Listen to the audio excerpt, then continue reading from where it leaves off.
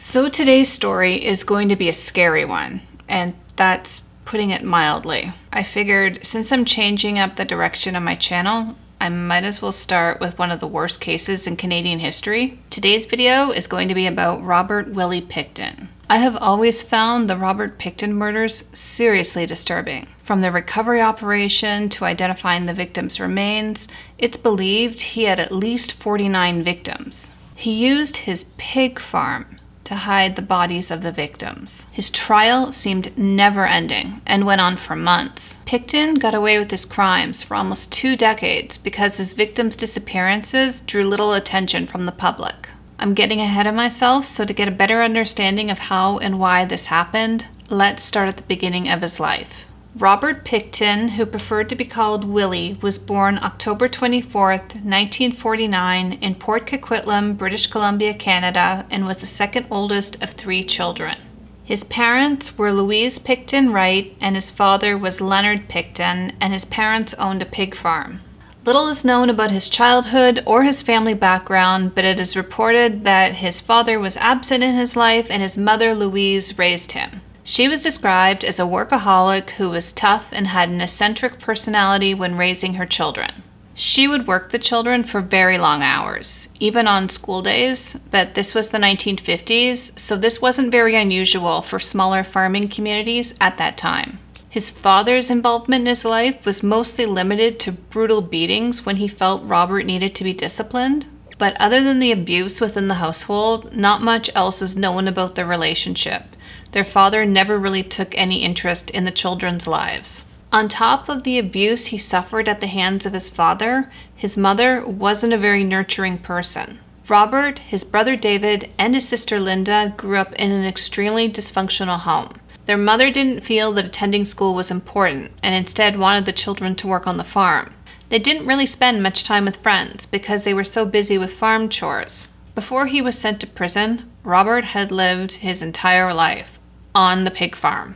And honestly, for the most part, it was a horrible place to grow up. It had even been the site of one of his most traumatizing childhood experiences. He once told a story of a calf that he became attached to, and then one day after school, he came home to ask his mother where his calf was, and he was told by his mother to check the barn, where he found his calf slaughtered. The incident had to be traumatizing. I couldn't imagine coming home and finding the pet that I love being served up on my dinner table. So life outside the farm when he did attend school wasn't any easier. He was considered slow and was placed in special ed classes. Though he likely had a learning disability, this was the 1950s, so testing for this sort of thing wasn't a common practice. He was described as having personal hygiene issues as a child and into adulthood. He frequently smelled of manure, body odor, and dead animals. Lovely. Apparently, he had an intense fear of water due to his mother hosing him down as a child. And the few friends he did have would beg him to bathe. So, in 1963, Pickton dropped out of school at the age of 14. Most parents might be upset by this, but Louise couldn't have been happier because that meant that he could spend more time working on the farm. Over time, the farm became his whole life. He spent every waking moment doing farm chores. Although he had a strong bond with his brother and his sister, outside of the farm, he didn't have much of a life. He was kind of a social outcast. He had hardly any friends and he never dated. Women were said to be repulsed by him, due mostly to the smell, but also he had a slightly creepy personality. He was awkward, he had a very inappropriate sense of humor, and people, for the most part, were very uncomfortable to be around him. He would spend most of his life in isolation. Though his hygiene was criticized by others, he didn't seem to be bothered by their reactions. One of the few friends he did have managed to convince him, after nagging him nonstop, that he had to have a shower or the friendship was done. And somehow he still managed to emerge out of the bathroom smelling horrible. Although it's not really surprising, he did spend his entire life around manure and dead animals. There was one tragic event that happened in his childhood that could have, in theory, triggered all the horrible events that followed in the 80s and 90s. In 1967, his brother David Pickton drove his father's pickup truck into town. Along the way, he struck 14-year-old Tim Barrett, who lived nearby. Barrett was seriously wounded, but still alive. He had a fractured skull and his pelvis was fractured and dislocated. David returned to the farm to report what happened to his mother, and he returned to the scene with her. And at this point, Tim Barrett was still alive. Louise assumed Tim Barrett's injuries were fatal and nothing could be done, so her solution was to cover up for her son. See, it runs in the family. She pushed Tim Barrett's body to the side of the road and pushed him down the embankment. These are truly despicable people. An autopsy determined that Tim Barrett's injuries were not life-threatening and that he died of drowning. Had Louise reported this incident to the authorities, Tim Barrett would have survived. This incident might have been long-lasting with Robert, teaching him you can't be prosecuted if there's no evidence of a crime. Louise died of cancer in 1976. Leonard also passed away in the late 1970s. Robert, his brother, and his sister tried to keep the farm going, but struggled to keep it profitable. Farming is hard work, and after a few years, they became overwhelmed, so they all agreed to only keep enough pigs to keep their neighbors supplied with meat. The only problem with this is they didn't make enough money to pay their farm bills, and the farm fell deeply in debt. After years of struggling, between 1994 and 1995, the siblings sold part of their farmland for an estimated $5 million. Almost overnight, their lives changed completely. Robert didn't really change on a personality level. He was still awkward and weird, but financially, their money problems were over. His brother, on the other hand, wanted to enjoy their newfound wealth at every opportunity. So the brothers started hosting wild parties. So socially, their world opened up, and they sort of started making friends. Really, these people were only hanging around because of the money. So just when I thought the story couldn't get any weirder, in 1996, he and his brother established a not-for-profit. They called it Piggy Palace's Good Time Society. I wish I was kidding. They registered federally as a not-for-profit charity with an alleged mandate to raise funds for service organizations through special events such as dances and shows. This society would host massive parties. It became known in Port Coquitlam and the surrounding area as the place to party. But neighbors in the surrounding area weren't too happy with the supposed charity. Neighbors complained about the loudness, the rowdiness, the drunkenness, the drugs, the noise, and some of these parties were attended by as many as 1,700 people.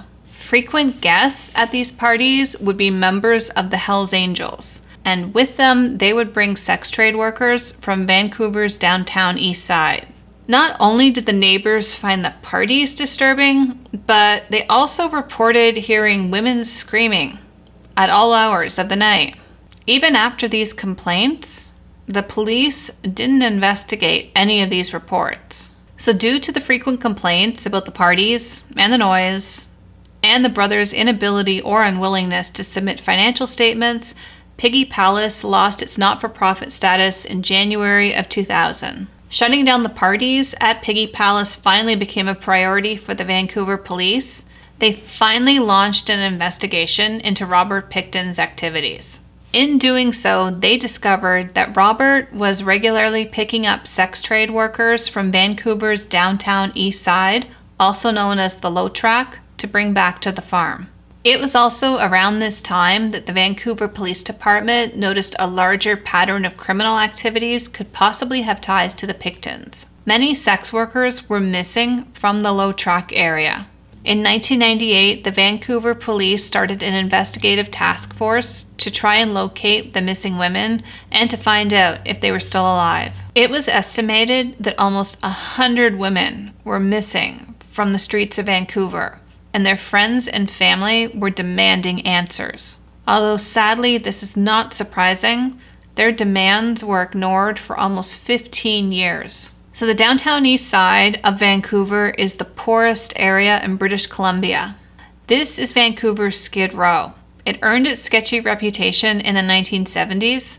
Drug addiction is unfortunately a way of life here, the drugs of choice being crack and heroin. And the number of people living within the area range anywhere from 5 to 10,000 people. Most of the addicts support their drug use through sex work.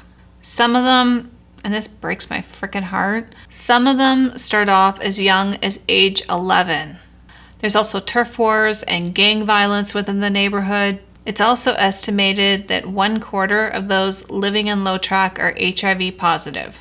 Due partly to Vancouver's mild winters, this area is a magnet for runaways and drifters and mentally ill. Drug overdoses are a regular occurrence here. In 1998, only 18 people were murdered in Vancouver, as opposed to the 193 people who died of drug overdoses. In the late 1980s and early 90s, there was a spike in missing women. Those in high-risk positions such as sex workers, runaways, those with drug addictions or mental health issues were prime targets of Picktons. It was well known within the sex worker community long before that there was an investigation that there was an active serial killer on the loose. Women would try to protect themselves by walking in groups, trying to use a buddy system as best as they could. If an unfamiliar client was to pick up one girl, the other would write down the license plate number. But despite best efforts, the number of missing person files continued to stack up. Vancouver police mostly ignored what happened on the Low Track. Honestly, they considered the neighborhood a lost cause. Meanwhile, case files were starting to pile up, and relatives and friends of the missing women wanted answers and started to apply pressure to the police to find the people responsible. The police had their reasons. They felt because the women reported missing were sex workers, they most likely had a transient lifestyle and simply didn't want to be found. No one could really say for sure if a person disappeared by choice or by foul play. They also pointed out there was a distrust of the police in general, and that nobody ever helped them with the investigations. What the police knew for sure was that women and teenage girls began disappearing around 1983. So 15 years passed before they bothered to act on any available information. Rebecca Guna was last seen in Vancouver's downtown east side by her common-law husband, where she was seen boarding a bus with an unknown female friend. Her plan was to meet up with friends for drinks at the Lone Star Hotel on Carroll Street, but she never arrived at her intended destination. She was reported missing to the Vancouver Police Department on June 25th, 1983.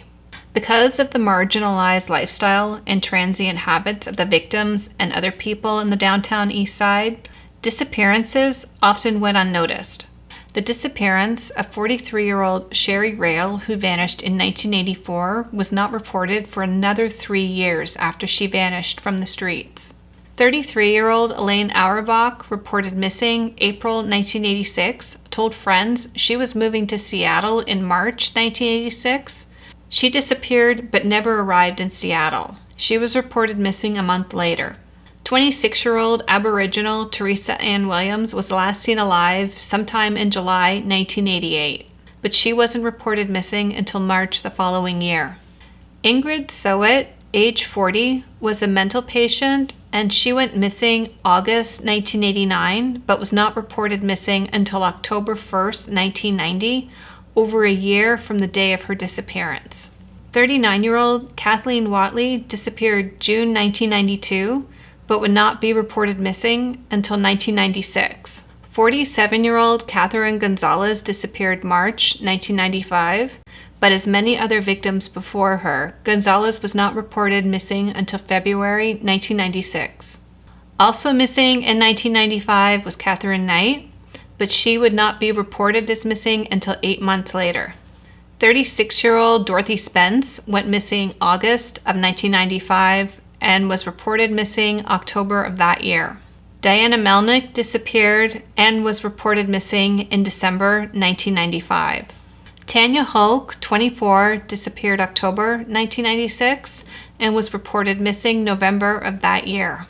22-year-old Olivia Williams disappeared December 1996 and yet wasn't reported missing until July 1997. 20-year-old Stephanie Lane was admitted to hospital after a drug overdose, being released March 10th, 1997, then disappearing. Janet Henry, age 36. She had a near miss with serial killer Clifford Olson in the 1980s. She survived that encounter, but Henry went missing in June 1997. Marnie Frey, age 25, went missing August 1994, but wasn't reported missing until September 1998. 32-year-old Helen Hallmark went missing in early September 1998 and was reported missing on September 23, 1998. Jacqueline Murdoch, age 28, was reported missing October 1998, but disappeared at an unknown date. 33-year-old Cindy Beck went missing September 1997, but wasn't reported missing until April 1998. Andrea Boardhaven disappeared within a year of 1997, but the exact date is unknown. Boardhaven was reported missing May of 1999. Carrie Klosky, age 39, went missing January of 1998 and was later reported missing near the end of the month. 4 more women would disappear before the police realized they had a problem and would take a greater interest in the missing women. 23-year-old Jacqueline McDonald disappeared January 1998 but wasn't reported missing until February 1999. Inga Hall was last seen February of 1993 and was reported missing of March of that year. Sarah Jane DeVries, age 29, vanished on April 14, 1998. A friend reported her missing the same day. Sheila Egan, age 20, disappeared July 1998, but wasn't reported missing until August 5, 1998. Soon after interviewing associates of the missing women, Detective Dave Dixon felt that a serial killer may be responsible. He kept this theory to himself and his colleagues, concerned if the community were to find out, they might be alarmed. The official search for Vancouver's missing women began in September 1988. Soon after the missing women's list was created, the task force was doubled. 16 women were reported as missing. By 2001, that list would grow to 54 missing women. At this point, in 2001, 84 investigators were working the case. But women continued to disappear at a frightening rate. 4 more women disappeared in the last 3 months of 1998 while the list of missing women was being compiled. Julie Young, age 31, went missing in October, but wasn't reported missing until June 1999.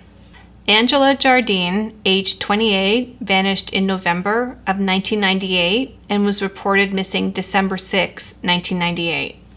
Michelle Gurney, age 30, vanished December 1998 and was reported missing 3 days before Christmas. Marcella Crazen, age 20, was released from jail December 1998 but never returned to her mother's apartment where her mother was making a belated Christmas dinner.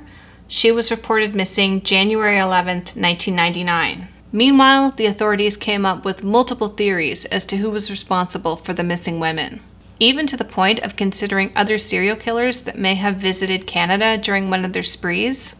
Gary Ridgway, the Green River Killer, was examined. They also looked at Dayton Leroy Rogers, Robert Yates, and John Eric Armstrong. No evidence from any of their cases linked them to any of the low-track disappearances. Investigators turned again to Robert and David Pickton. David had once been convicted of sexual assault, and Robert had developed a habit of picking up sex workers from the low track. However, the suspicions of the Vancouver Police Department were mostly just based on rumor and theory. They had no evidence. Because it was at Piggy Palace, I just creeped out by that name, I don't know why. Because it was at Piggy Palace where David committed the sexual assault, and this is where sex workers from the downtown east side were often frequently brought over, police decided to take a closer look at the property. Again, all of this was pure speculation at this point, so they were unable to get a search warrant for the property. So the first break for the Vancouver police came in 1998 from a man named Bill Hiscox, who contacted the Vancouver police and informed them that he felt strongly that all women who had gone missing from the low track had disappeared due to the actions of Robert Pickton. The only problem with this besides being completely circumstantial evidence, was that Bill was considered a little on the sketchy side himself. He had developed an addiction to drugs and alcohol after his wife had passed away. It was around this time that he befriended Robert and David Pickton, and they provided him with drugs and shelter. Bill wanted to party, to forget his grief, and the Pickton brothers threw wild parties, so the two of them got along pretty well. He told police that he was being helped off drugs by the sort of on-again, off-again girlfriend of Robert Pickton. This was a potential problem for police. They wanted to know if he had some sort of ulterior motive to inform on Pickton in any way. Hiscox insisted that he only came forward after reading about the missing women from the low track. He described Pickton as quiet and difficult to talk to. He also said that he had no use for men, which is a little weird. The officers found this last statement a little confusing, but they didn't have any issues accepting Pickton was a little different. Hiscox described Piggy Palace as a creepy-looking place. No kidding. And that it was patrolled by a 600-pound wild boar. I mean, you can't make this stuff up. He also mentioned that Robert was charged in 1997 with an attempted murder. Somehow, the Vancouver Police Department lost the paper trail that led to that charge. It was alleged that Pickton stabbed a sex worker named Wendy Lynn Estetter at the farm. As she described it, she was handcuffed but managed to free herself after stabbing Robert, and then he stabbed her several times. The case fell apart in 1998 because the prosecuting attorney felt that Estetter was not a reliable witness. That is so heartbreaking because so many more lives could have been saved if he had just been prosecuted. Bill Hiscox also told police that Robert had a collection of purses and identification cards belonging to all kinds of women. He said that Pickton visited the Vancouver downtown east side to pick up women often. In 1998, the RCMP joined the task force, and collectively, they gathered enough probable cause to conduct a series of 3 searches at Piggy Palace. Unfortunately, the search didn't come up with anything, which makes you wonder how thorough the search actually was. There was nothing that could link Robert Pickton to any of the missing women. Though they still suspected him, there just was no evidence that would hold up in court. Robert and David Pickton remained on the list of suspects, but for whatever reason, they were no longer under surveillance at this point in the investigation. It's estimated that if the police had conducted a thorough search like they were supposed to, it would have saved at least 10 lives. Coincidentally enough, around this year, there was another spike in missing persons as Pickton got more confident, to the point where he stopped hiding evidence altogether. And the list of missing women grew longer. Added to the list was presumed kidnap victim Lee Minor, who disappeared December 1984, and Laura Ma, last seen alive in 1985. Also added to the list was Nancy Clark, last seen in 1991, Elsie Sebastian in 1992, and Angela Arsenault, age 17, last seen alive in 1994. Frances Young, last seen in 1996, Sherry Irving, last seen 1997, and Cindy Felix, last seen 1997, were also added to the list. Ruby Ann Hardy, 32, went missing in 1998, but she was not reported missing until 2002. Georgina Papin, Jennifer Firminger, and Wendy Crawford all disappeared in 1999, but weren't considered missing until March 2000. Brenda Wolfe, who disappeared February 1999, was also added to the list of missing women April 25, 2000. Tiffany Drew, age 27, was last seen December 21, 1999, but was not considered officially missing for another 2 years. She was added to the list of missing women February 8, 2002. Dawn Cray went missing November 21, 2000, and was reported missing December 11th. 43-year-old Deborah Lynn Jones disappeared December 21, 2000, and was reported missing Christmas Day. Patricia Johnson was last seen February 2001. Yvonne Bowen, age 34, was last seen March 21, 2001. Heather Bottomley, age 24, was reported missing April 17th, 2001. Heather Chinook, age 30, was last seen April 2001. Angela Joesbury, age 23, was last seen June 2001. Serena Abbotsway was last seen August 2001. And Diane Rock was last seen October 2001. Mona Wilson, age 26, went missing November 23rd, 2001, and was added to the list a week later. So just when it appeared the case was a lost cause, everything would change in February 2002. In 2002, a different former employee named Scott Chubb said that he had personally seen illegal guns on the property. The RCMP was then able to execute a search warrant looking for illegal firearms. While on the property, they found unregistered and unlicensed weapons. They also found several personal items linked to the missing women on the property. Another search of Piggy Palace was conducted on February 7th, 2002. They also searched along the property line that separated the Picktons from that of their neighbors. It was then that unfortunately they found what they were looking for. They found the bodies of Serena Abbotsway and Mona Wilson. The police tried to keep as much information under wraps as possible, although there were leaks to the media. At this point, Pickton only had weapons charges placed against him. So on February 22nd, 2002, he was arrested and charged with 2 counts of first-degree murder. And this launched a massive investigation on the property that never seemed to end.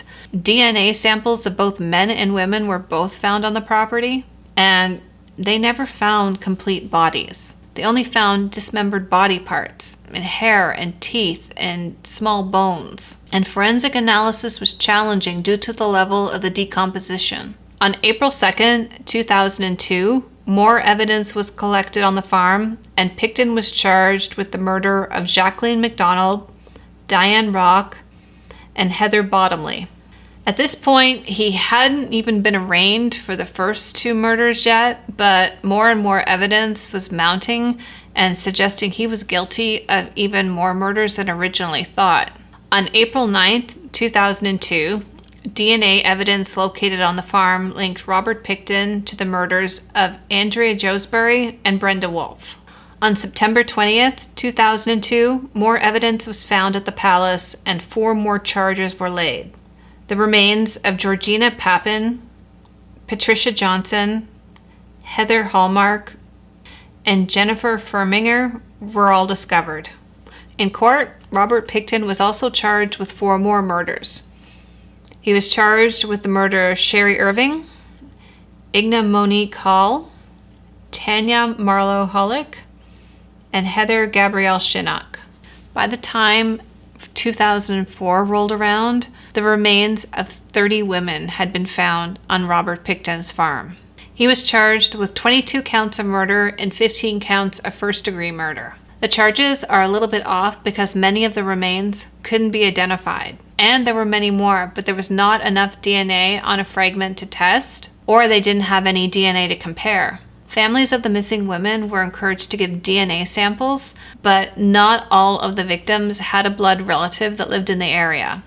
The next details are, they're upsetting, to say the least.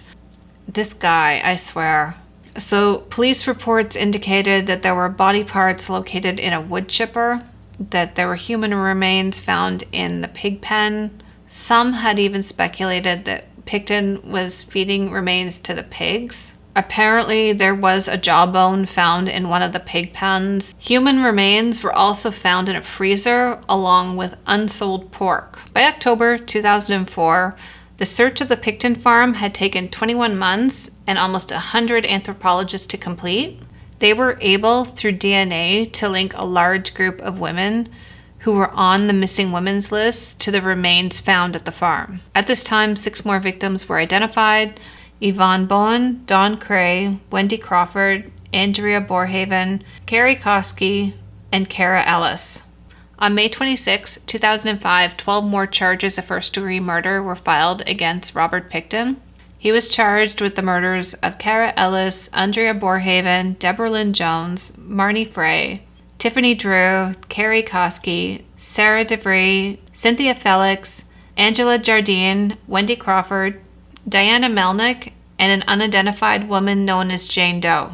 The number of his first-degree murder charges now stood at 27. In 2003, a preliminary inquiry was held. The contents of this hearing were concealed behind a publication ban that was lifted in 2010. It was revealed during this time that Pickton had been charged with the attempted murder of a sex worker in 1997. As previously mentioned, her testimony was considered suspect because of how she was viewed as a drug addict and a sex worker. The charge, unfortunately, was stayed. However, the clothing and the rubber boots that Robert wore during the attack were collected as evidence and stored for 7 years. After he was arrested years later, this evidence was tested for DNA. The results revealed the DNA on the rubber boots matched up with 2 women on the missing women's list. So on January 22nd, 2007, after a very long publication ban, details of the trial were finally disclosed to the public. I won't go into all the horrific details because some are pretty bad. Some examples include human skulls that have been sawed in half, empty skulls that were filled with hands and feet, human remains stuffed in garbage. Police had also discovered 2 pails of body parts. There was blood-soaked clothing found in Pickton's personal trailer. Part of a victim's jaw and teeth found in a pig pen near the slaughterhouse. A .22 caliber handgun with a sex toy attached to act as a muzzle contained both Pickton's and a victim's DNA.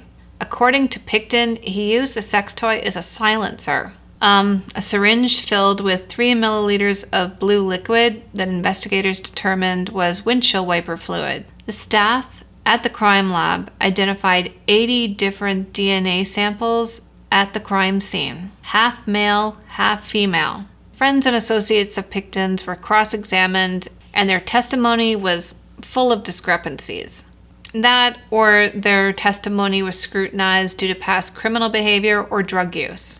However, there was one witness that gave the most damning testimony, and this testimony was able to stand up to scrutiny when others had not. He was an undercover police officer posing as a criminal in the same jail as Pickton was being held. At one point, Pickton confessed to this officer that he had killed 49 women. He went on to say that his only regret was that he didn't make it to 50. Apparently, Pickton idolized Gary Ridgway and wanted to beat Ridgway's record. His exact words were, "One more than Gary." Oh, creepy. That just gave me chills. He then told the agent that the only reason why he got caught is because he got sloppy. Pickton was found guilty on 6 counts of second-degree murder, but not guilty on 6 counts of first-degree murder. The remaining 20 charges were stayed. Families of the victims had a variety of reactions to this. Some were disappointed that Pickton would never be tried for the other 20 murders. And then there were others that were relieved because the gruesome details would never be revealed in court. He is sentenced to 25 years with no possibility of parole, which is the maximum you can get in Canada. If Pickton doesn't die in prison, he will be released at 91. In 2013, family members of the victims filed a lawsuit against the Vancouver Police Department, the RCMP, and the Crown for failing to protect the victims. They ended up settling in 2014, and the children of the victims received $50,000 each. And there would be no admission of liability. In the end, Pickton could have been caught much sooner if the police had only listened. But a lack of empathy for the victims allowed Pickton to continue for almost 2 decades. When the scale of neglect was revealed, it started an internal investigation that changed how the RCMP and the Vancouver Police Department handles missing person cases. There is now a dedicated department that handles missing person cases exclusively. Unfortunately, there are still victims that remain unidentified, and I hope, with the advances in technology, all of the families of the victims will one day get to put their loved ones to rest. Be sure to let me know your thoughts on this video in the comment section below, and I will see you next time.